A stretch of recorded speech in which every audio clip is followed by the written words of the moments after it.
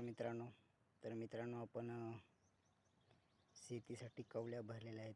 कवल्या कशा भरलेल्या आहेत ते तुम्हाला मी दाखवतोय. हे बघा मित्रांनो,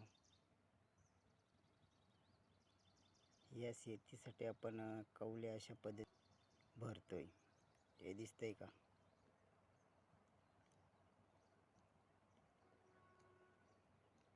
हे बघा, याला बोलतात कवली भरणं.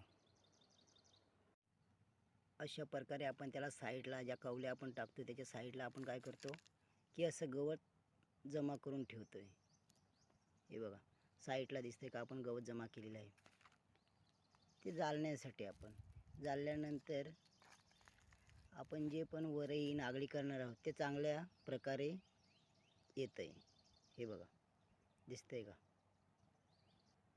कवली केलेली आहे. खूप मेहनत लागते याच्यासाठी पण.